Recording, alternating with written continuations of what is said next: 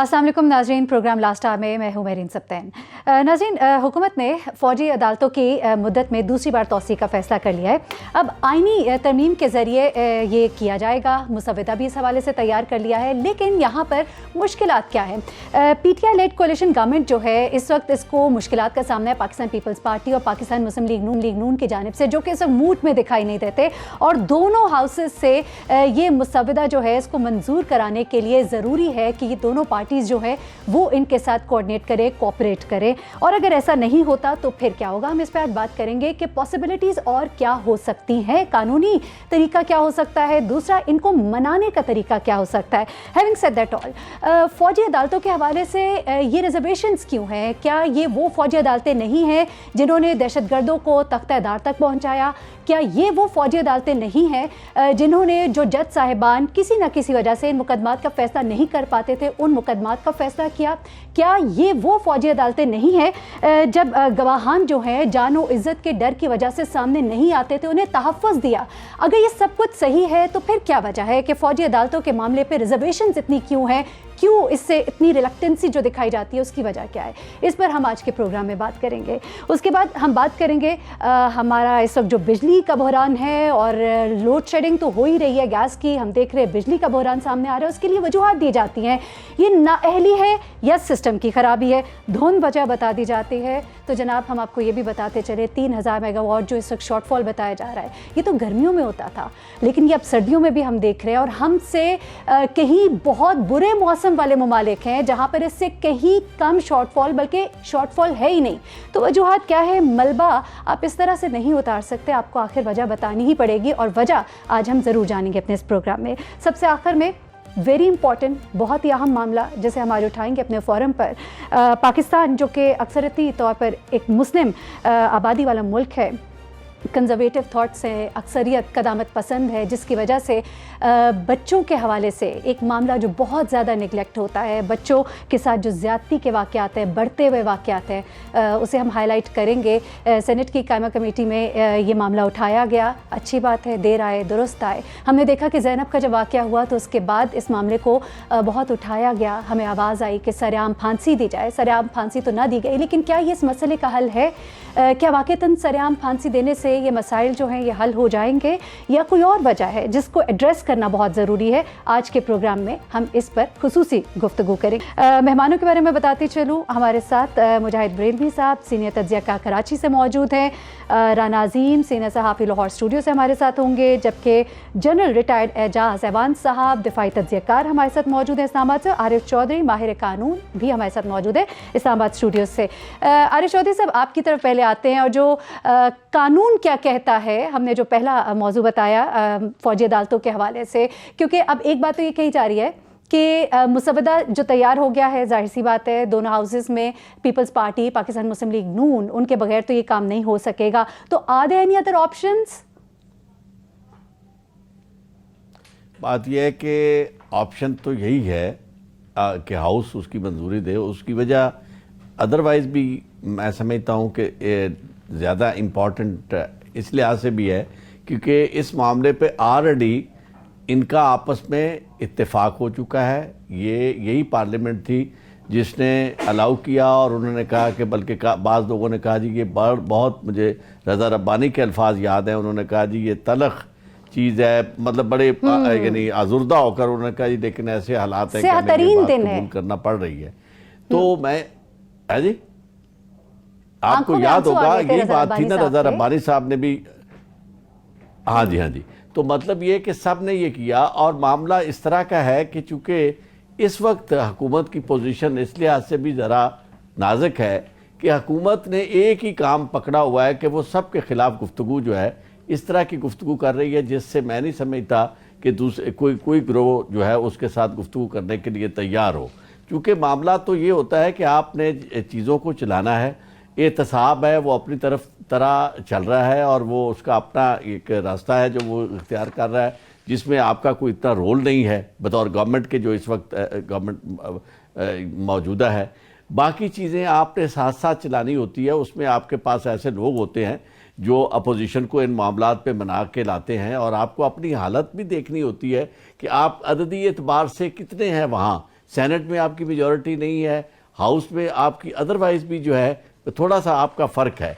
और मामलात इस तरह के हैं कि जिसमें डे टू डे इश्यूज सारे जो आपके लाइफ थ्रेटनिंग इश्यूज हैं वो चूँकि ये जमहूरी मुल्क है और जमहूरियत के ज़रिए आप भी बरसर इक़्तिदार आए, हुकूमत को मैं मुखातिब होकर कह रहा हूँ, तो आपको होना तो ये चाहिए कि आप सबको साथ लेकर चलें और एक पेज पर हों। चूँकि ये जो वार ऑन टेरर है ये किसी एक शख्स की वार नहीं है, ये जंग तो हर पाकिस्तानी की है, जिसका हर बच्चा जो है वो इसमें मजरूह हुआ है, ज़ख्मी हुआ है, शहीद हुआ है और इतना ज़्यादा नुकसान हमने उठाया। और जिसके बाद हमारे अपने बच्चे हमारे यानी जो जब शहीद हुए हैं तो उस वक्त सारी कौम ने तय किया। आपकी बात अपनी जगह दुरुस्त है, जैसा कि आपने फरमाया कि हुकूमत को इस तरह से शायद नहीं करना चाहिए क्योंकि ये मामला जो फाहम तफहीम से हल होंगे। हमें ये भी याद है गुज़िश्ता साल जब मिल बैठने को कहा गया था तो पीटीआई नहीं बैठी थी, ये कहकर नहीं बैठी थी। जब पीपल्स पार्टी ने कहा कि चले आए बैठते हैं, इस पर बात करते हैं फौजी अदालतों को मजीद तोसी देने पर, तो पीटीआई नहीं बैठी। उन्होंने कहा कि ये वैसे ही बात कर रहे हैं, बेमानी काम का हम हिस्सा नहीं बनना चाहते। शफकत महमूद साहब के ये अल्फाज थे। लेकिन फॉरगेटिंग दैट, पुटिंग दैट, हम अगर ये बात करें क्योंकि अभी ये मामला भी सुनने को आ रहे हैं कि ये बात की जा रही है कि अगर इन दोनों हाउसेस में ये नहीं मनवाया जा सका तो शायद आप इसकी तस्दीक कीजिएगा अगर मैं गलत कह रही हूँ कि पीटीआई जो है वो कोई पीस ऑफ लेजिस्लेशन लाएगी to give such authorities to एहतसाब अदालत। इस तरह से भी क्या ये मामला चल सकते हैं, ये तमाम अथॉरिटीज उस अदालत को ये पार इन्वेस्ट करके? नहीं, एहतसाब अदालत का तो दायरा कार ही नहीं है ये तो बुनियादी तौर पर एहतसाब अदालत तो फाइनेंशियल क्राइम्स के बारे में, एंटी टेररिस्ट कोर्ट को आरिफ साहब, एंटी टेररिस्ट कोर्ट जो थी ये पहले भी मौजूद थी। एंटी टेररिस्ट कोर्ट्स की नाकामी की वजह से ही फौजी अदालतों में ये मामलात गए थे, उससे तो कोई फर्क नहीं पड़ा।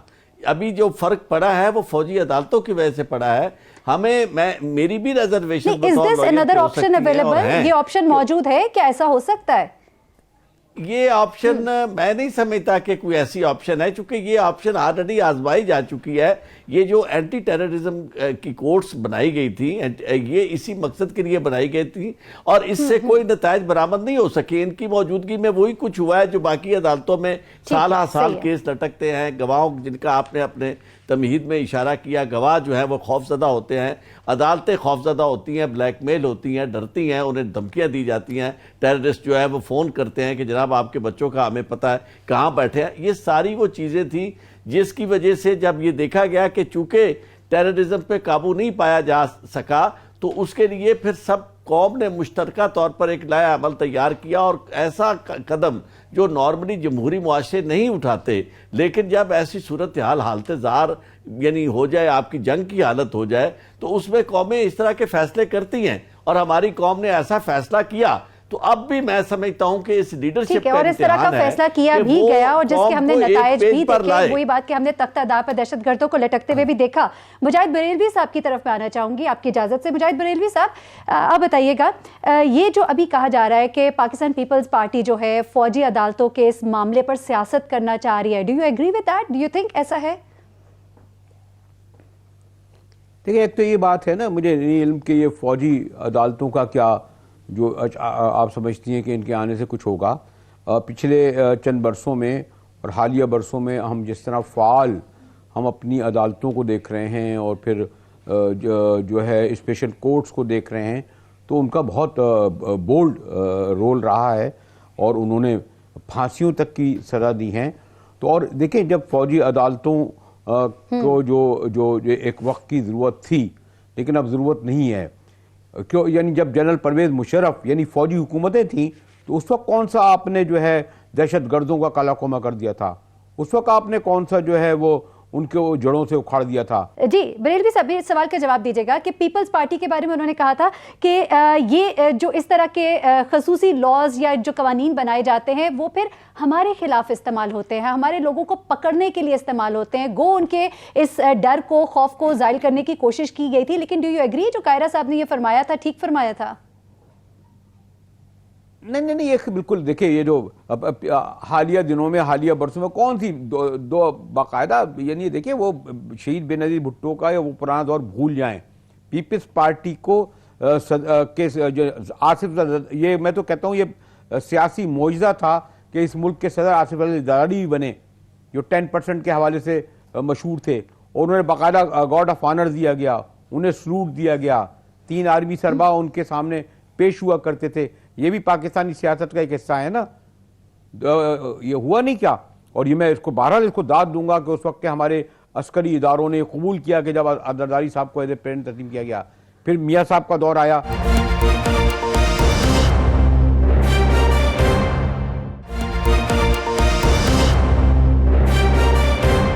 एजाज साहब, जनरल रिटायर्ड एजाज एवान साहब हमारे साथ मौजूद है। बरेलवी साहब, जरा इनसे पूछते हैं वो क्या राय रखते हैं आपकी बात पर। जी एजाज एवान साहब, आप कोई कुछ कहना चाहेंगे जो अभी बात की है बरेलवी साहब ने?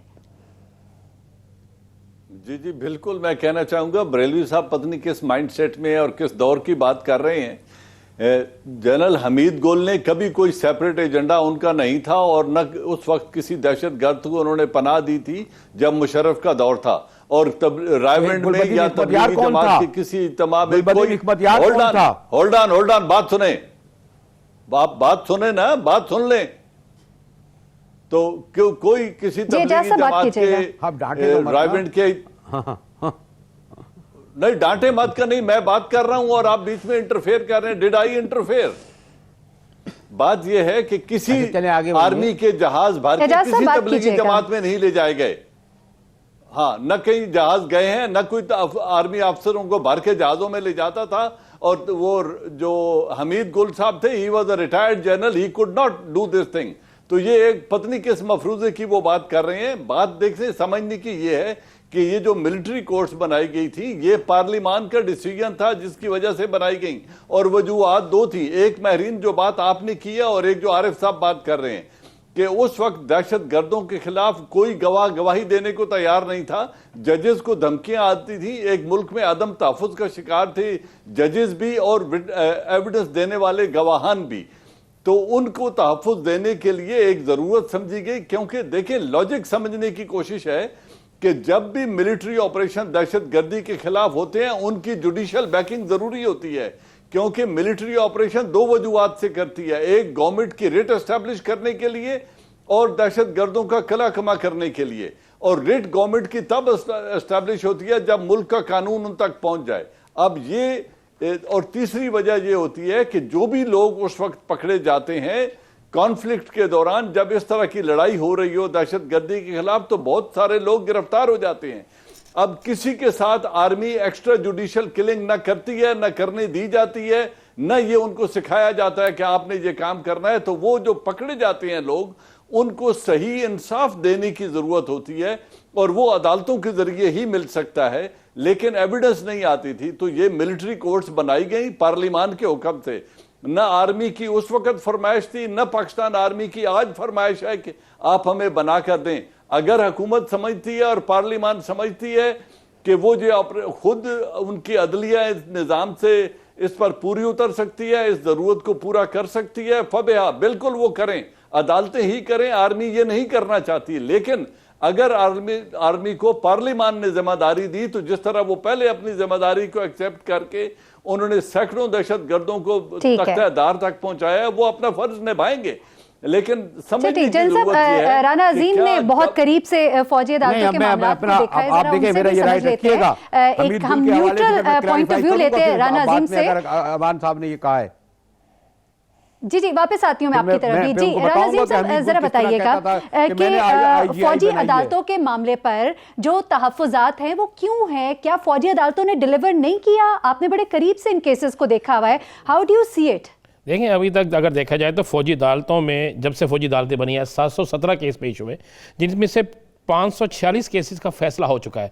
और इन केसेस में 310 जो हैं उनको सजाए मौत हुई है, 310 अफराद को, बाकी को सजा भी हुई है, कुछ को शक का फ़ायदा उठाकर बरी भी कर दिया गया है। देखिए, इन तमाम केसेस में एक भी पॉलिटिकल आदमी नहीं है। जो सियासी जमातों को खदशा था कि शायद पॉलिटिकल जो सियासी जमातें हैं उनके जो लोग हैं उनको इन फौजी अदालतों के जरिए सजा दी जाएगी, पकड़ा जाएगा या उन पर कोई ऐसा काम किया जाएगा, ऐसा नहीं है।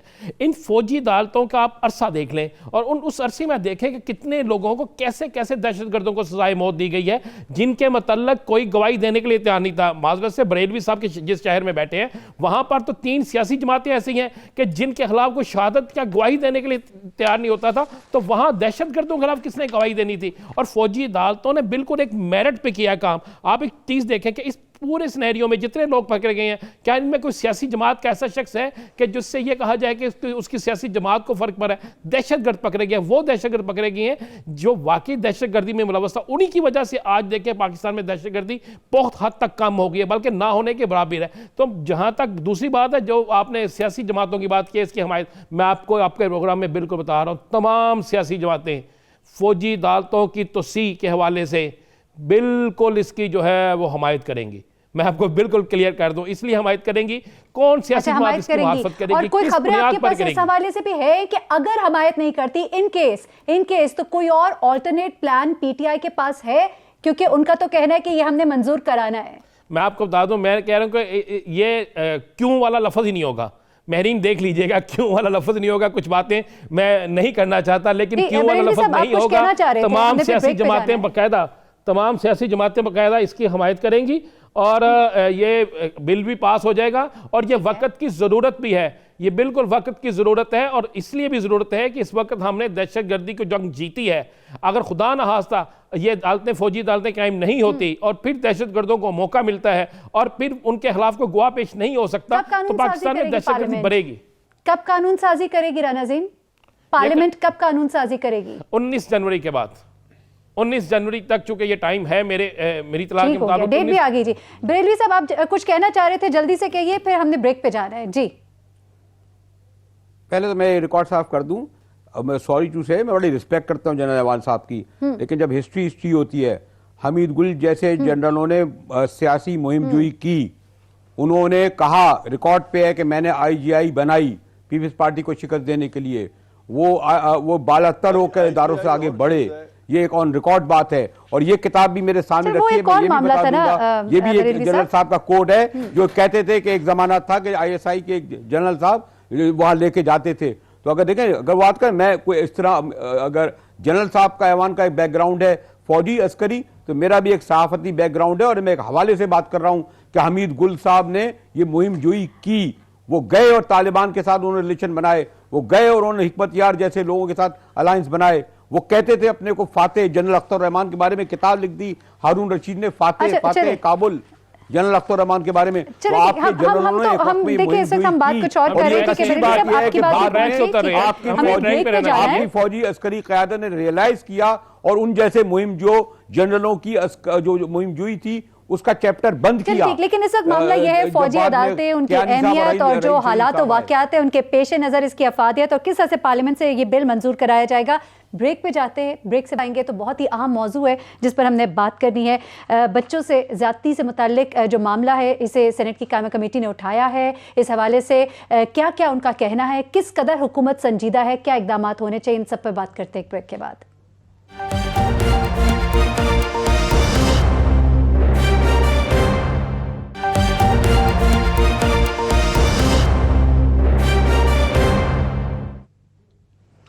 वेलकम बैक नाजरीन। अहम मौजू है जिस पर आज हम गुफ्तगू करने जा रहे हैं। बच्चों के साथ ज़्यादती के मुल्ज़मान को सरेआम फांसी बनाने का कहा गया। आज कायमा कमेटी बराए दाखिला ने यह तजावीज़ दी हैं। साथ ही साथ वीडियोज़ बनाने वाले को 7 साल कैद, 35 लाख जुर्माना और इस तरह के स्टेप्स उठाने का इरादा किया गया इस कायमा कमेटी की जानिब से। लेकिन यहाँ पर जहाँ हम ये बात कर रहे हैं तो वहाँ पर हम हुकूमत की जहाँ बहुत रिस्पॉन्सिबिलिटी है, हमने शीरी मज़ारी को यहाँ पर नहीं देखा। उनके दूसरी बार भी यहाँ ना होने पर बहुत एतराज़ भी उठाया गया। ज़ैनब का मामला जब उठाया गया, उसके बाद सरेआम फांसी का मुतालबा किया गया। उसके बाद हमने देखा बहुत से मामलात सामने आते रहे। सज़ाएं देने के मामले पर अगर हम देखें तो वफाक और सूबे के पास वो स्टेटिस्टिक्स ही नहीं मौजूद और वो मानते हैं, इस बात का एतराफ़ करते हैं कि ये कमी है, ये कोताही है। इस पर हम बात करेंगे और सबसे पहले आरिफ चौधरी साहब आपकी तरफ आएंगे। कानून क्या कहता है इस हवाले से, लेकिन कानून तो जो है उसके ऊपर जो इम्प्लीमेंटेशन का फुकदान है वो क्यों है? पहली बात तो यह है कि ये जो बीमारी है बुनियादी तौर पर ये सेक्सुअली परवर्टेड लोगों की बीमारी है और ज़हनी तौर पर जो मरीज़ लोग हैं ये उनका काम है जो इस तरह की, और ये सिर्फ हमारे जैसे तरक्की पजीर मुआशरों में नहीं बल्कि तरक्की याफ्ता ममालिक में भी चाइल्ड अब्यूज़ बहुत ज़्यादा है। और यहाँ के मदरसों के बारे में गुफ्तगू होती है तो वहाँ के जो उनके अकलीसिया के लोग हैं वो उनके बारे में भी बहुत ज़्यादा, अभी हालिया दिनों में भी बहुत बड़ी रिपोर्ट्स आई और बहुत बड़ी उन्होंने एडमिशन किया और तस्लीम किया यानी ऑस्ट्रेलिया में जो कुछ हुआ।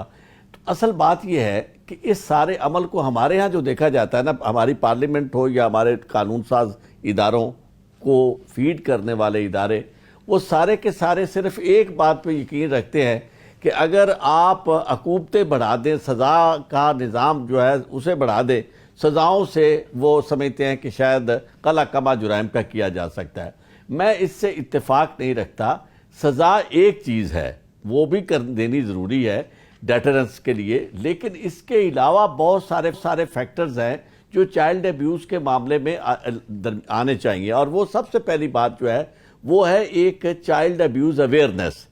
और उसके लिए आप अपने बच्चों को, जो हमारे यहाँ जब गुफ्तगू शुरू होती है फौरी इसे मज़हब के ख़िलाफ़ करार दिया जाता है, लेकिन मैं समझता हूँ कि हमारी सोसाइटी इस हद तक सेंसिटाइज अब हो चुकी है कि अगर दयानतदारी से और बड़े अक्ल खिरद के साथ इस चीज़ को आगे बढ़ाया जाए तो वो माइंड नहीं करेंगे। और लोगों को अपने उलमा को इसमें शामिल किया जाए कि जनाब हमें बच्चों को एजुकेट करना है। फिर जब आपने बच्चों को एजुकेट करना है, चूँकि उनके साथ जो ये वाक़यात होते हैं, ये उनके करीब तरीन लोग, उनके करीब तरीन रिश्तेदार जो हैं वो, और या उन्हें जानने वाले उनकी फैमिली के से जो मुताल्लिक लोग होते हैं, वो इन वाक़यात में मुलव्वस होते हैं। तो इसलिए बच्चों को सेंसिटाइज करना, उन्हें अवेयर करना, और फिर साथ उसके आप महज अवेयरनेस से काफ़ी नहीं होगा काम, आपको एक चाइल्ड हॉटलाइन देना पड़ेगी। आप ऐसा फ़ोन नंबर दें और पुलिस, और इसके लिए बाकायदा, आपको पता है कि जितना जुर्म यहाँ बढ़ता जा रहा है पाकिस्तान के अंदर, आपको बाकायदा अलहदा पुलिस और टास्क फोर्स तैयार करना होगी जो महज चाइल्ड अब्यूज़ के ऊपर काम करे। और तालीम, बच्चों की अवेयरनेस और सज़ा, और उसके साथ साथ फिर यानी अगर किसी बच्चे को ये तकलीफ पहुंचती है, उसे बताया जाए कि आपके साथ कोई इस तरह की हरकत करता है, तो फौरी तौर पर आप इतला दें और उन्हें ये बताया जाए कि आप किस तरह शोर बचा के आप अपने आप को, यानी लोगों तक बात अपनी पहुंचाए, बजाय इसके कि हमारे यहाँ शर्म व हया के नाम पर हम अपने बच्चों को इस हद तक आमक रखना चाहते हैं और बेखबर रखना चाहते हैं कि जी ये बड़ा मासूम बच्चा है, भोला भाला है जी, ये बात नहीं करता। ये तमाम इसे यानी आप मल्टी प्रोंग्ड पॉलिसी आपको बनानी होगी और जो हकायक है उन्हें तस्लीम करना होगा। अभी आप देखें पिछले दौर में ऐसा हुआ कि एक रिपोर्ट आई, एक वजीर ने ये कहा कि ये जो मदरसे हैं हमारे, उनके अंदर इस तरह इतना ज़्यादा चाइल्ड अब्यूज़ है, तो वो बाकायदा रिपोर्ट जो थी उसे पॉलिटिकल प्रेशर के ज़रिए ख़त्म करा दिया गया। जब तक हम इन हकायक को तस्लीम नहीं करते और इनसे आंखें चार नहीं करते, उस वक्त तक इसका हल नहीं है। हल के लिए हमें कुर्बानी देना होगी और हमें अपनी वैल्यूज़ के बारे में यानी थोड़ा सा अकल से देखना होगा कि ये हमारी वैल्यूज़ के, जब हमारी वैल्यूज़ का इस हद तक कला कमा किया जा रहा है कि हमारे बच्चे, हमारी आने वाली नस्ल बर्बाद हो रही है, तो ये क्या किस तरह का हम यानी मुआशरा तख्लीक कर रहे हैं। लेकिन यहाँ पर एक सवाल ये है, यहाँ पर सवाल ये है कि जिस तरह सजा और जजा का अमल होता है और सजा का एक खौफ भी होता है, आरिशवती साहब, सज़ा का एक खौफ भी होता है। हमने देखा कि जब चाइना में मनी लॉन्ड्रिंग जैसे जुर्म के ऊपर जब सजाए मौत लगी तो वहां पर इस जुर्म का सदेबाब हुआ। इसी तरह अगर सरेआम फांसी का कहा जाता है, तो क्या आपको लगता है कि इस तरह की सजाएं होनी चाहिए ताकि नहीं, मैं आपको एक अर्ज करूंगी, सरेआम वाला लफ्ज जो है ना, सरेआम फांसी पैदा करना पड़ेगा। नहीं, मैं आपको एक प्रिंसिपल है कि सजा की, सुन लें, सजा की सीवियरिटी से ज्यादा सजा की सर्टेनिटी जरूरी है। यानी मुआशरे में ये पता होना चाहिए कि जो जुर्म करेगा वो बच नहीं सकता। सख्त से सख्त सजा का तस्वर या ये जो इबरतनाक वाली बातें हैं, ये सोसाइटी में इस तरह एक हिजानी कैफियत पैदा करती हैं कि आप बाहर इसके नतायज कुछ नहीं दिखे। पप्पू वाला केस बड़ा मशहूर है, वहाँ लाहौर में हुआ और उस जमाने में ज़िया-उल हक साहब का दौर था, फांसी दी, उसे पब्लिकली हैंग किया गया, लेकिन इसके बावजूद पप्पू जैसे वाक़यात और भी होते रहे। ये महज सोसाइटी, चूँकि इस वक्त चीज़ें बहुत आगे जा चुकी है, इवन दुनिया सजाए मौत के बहुत ज़्यादा खिलाफ है, तो आप पाकिस्तान को आइसोलेशन में नहीं रख सकते या किसी जजीरे में नहीं रख सकते।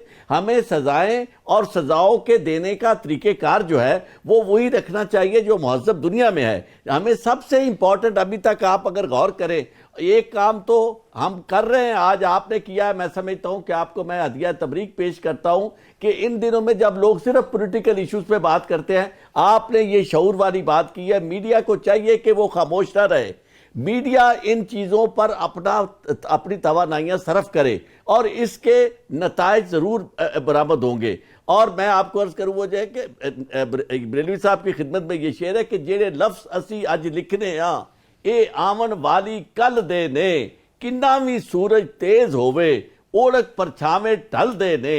ये परछाइयाँ जो हैं इन्होंने ख़त्म होना है। हमें अपनी गवर्नमेंट को कहना चाहिए, हमें मीडिया को ये अपना रोल बिल्कुल प्ले करना चाहिए और ये दिखाना चाहिए इस तरह की चीज़ें कि जनाब ये देखें ये ताकतवर शख्स जो है ये बच निकला है। जब आप ताकतवर की बात इस तरह, हाँ जी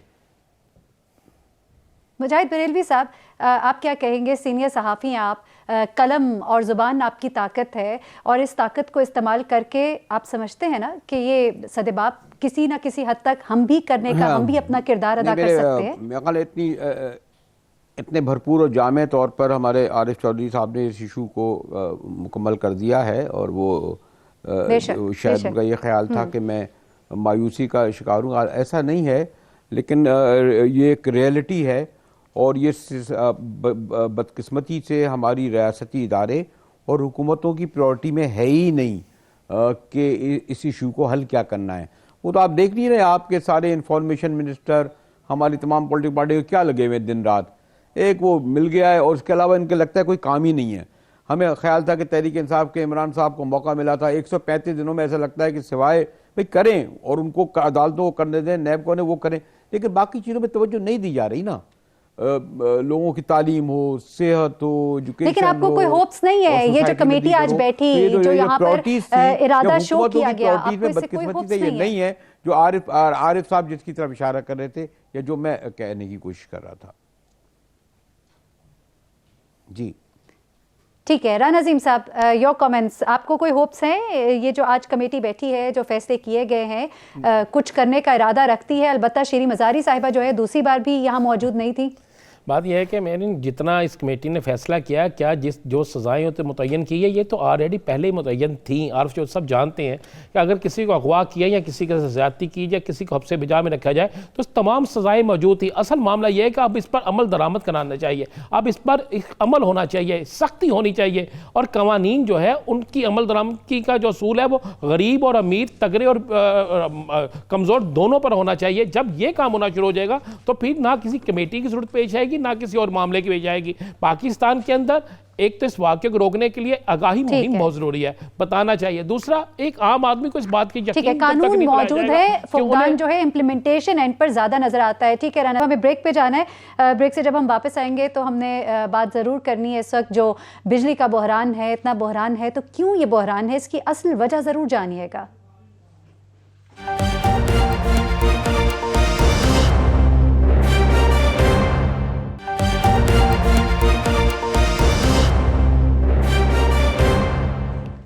वेलकम बैक नाज़रीन।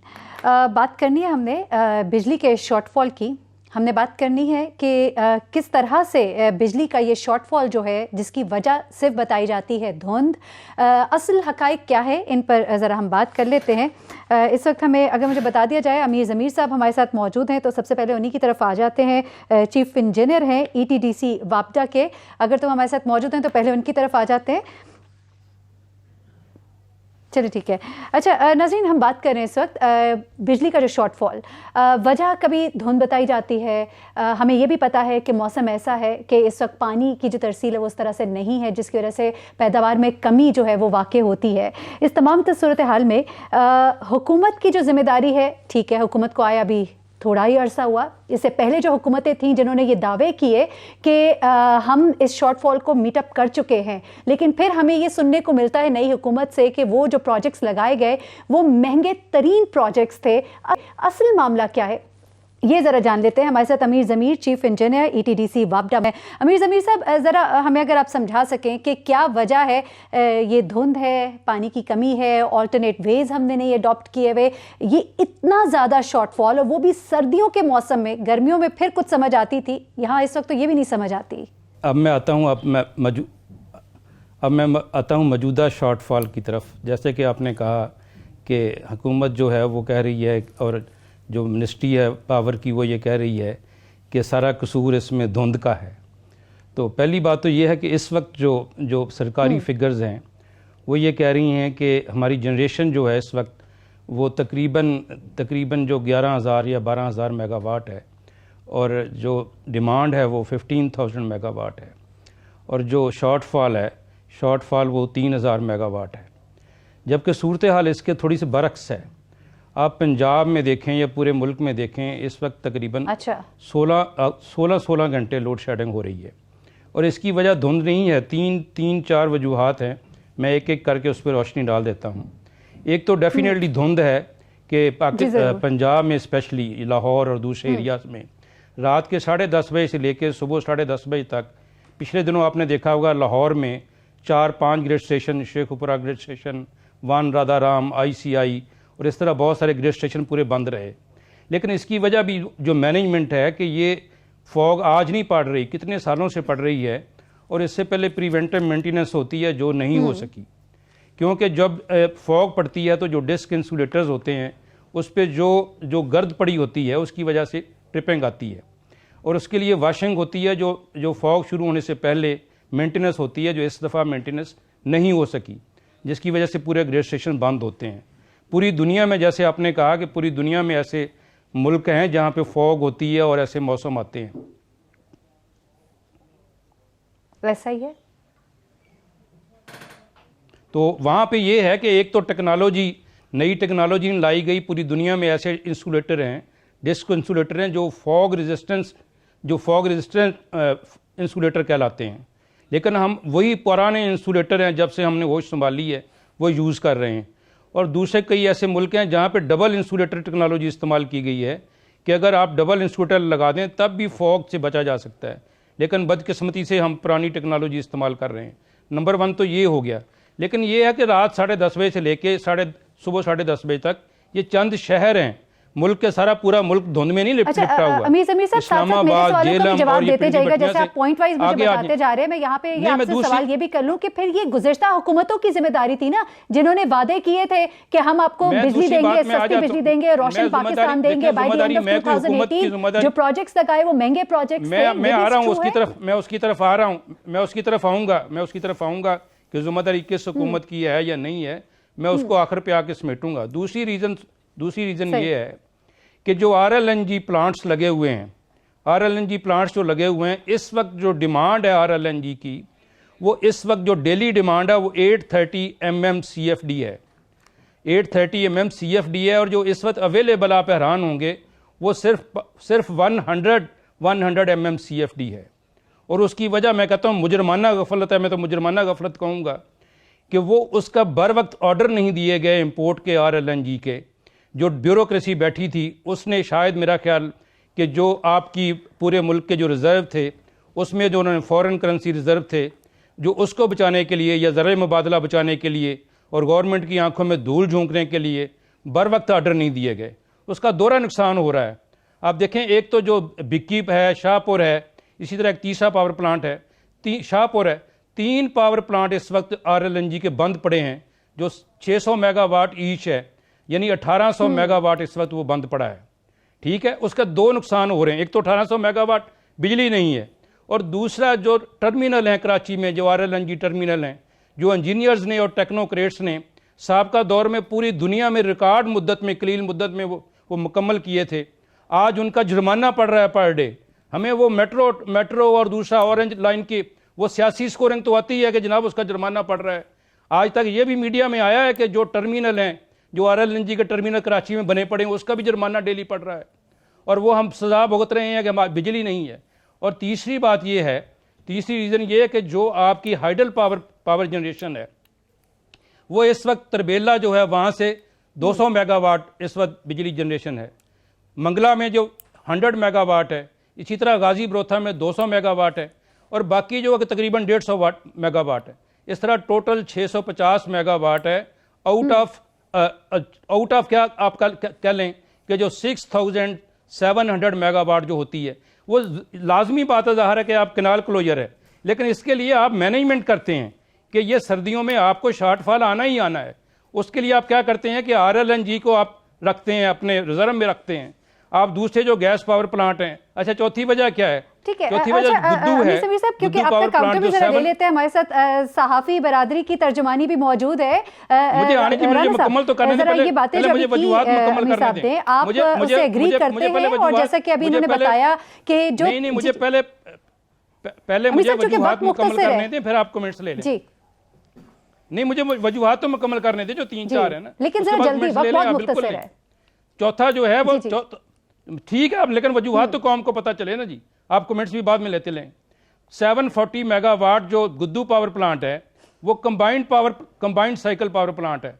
आप हैरान होंगे कि वो जो एफिशिएंसी, उसकी मैक्सिमम एफिशिएंसी है, वो नेपरा ने टैरिफ ही कंबाइंड साइकिल पे दिया है।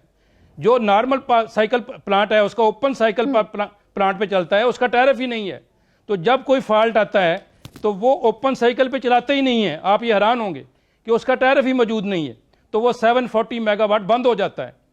तो ये सारी सूरत हाल में जब आप लोड शेडिंग इस वक्त हो रही है इस मुल्क में, तो उसका जिम्मेदार कौन है? मैं बताता हूँ, ये टोटल मैनेजमेंट है। मैनेजमेंट कौन से है कि आपका जो मिनिस्ट्री ऑफ पावर है, मिनिस्ट्री ऑफ पेट्रोलियम है, और जो तीसरी जो मिनिस्ट्री है आपकी मिनिस्ट्री फाइनेंस है, इसमें कोई कोऑर्डिनेशन नहीं है। क्योंकि ये जो बार बार मैं हर प्रोग्राम में कहता हूँ, ये बाबुओं के हाथे चढ़ी हुई है। ये तमाम मिनिस्ट्रियां जो हैं, जो स्पेशली मिनिस्ट्री ऑफ पावर है, ये इंजीनियर्स का काम है, राना साहब टेक्नोक्रेट्स का काम है, जो प्लानिंग करें। अमीर जमीर साहब ने एग्री विद देम, और वो जो जैसा उन्होंने बताया कि मामलात जो हैं, कुछ मामलात ऐसे ही हैं या कुछ लैक ऑफ पेमेंट्स भी हैं, जिससे पहले मामलात हुए थे, पेमेंट्स जो नहीं की गई थी। आयरनी तो ये कि हमें सुनने में आ रहा है वज़ीर आज़म हाउस तक को नोटिसेस है, अभी तो बिजली वहाँ की भी बंद हो जाएगी। बहुत सारे और जगहों की, इमारतों की, जो अहम इमारतें हैं, उनकी बिजलियाँ भी जो है वो मुनक़ता होने वाली हैं। देखें, ये बिल्कुल बात बजाय है, लेकिन वह मुनक़ता इसलिए नहीं होंगी कि वहाँ पर जो लोग बैठे हैं शायद उन पे कभी भी ऐसा कलवारा जो है ना चल सके।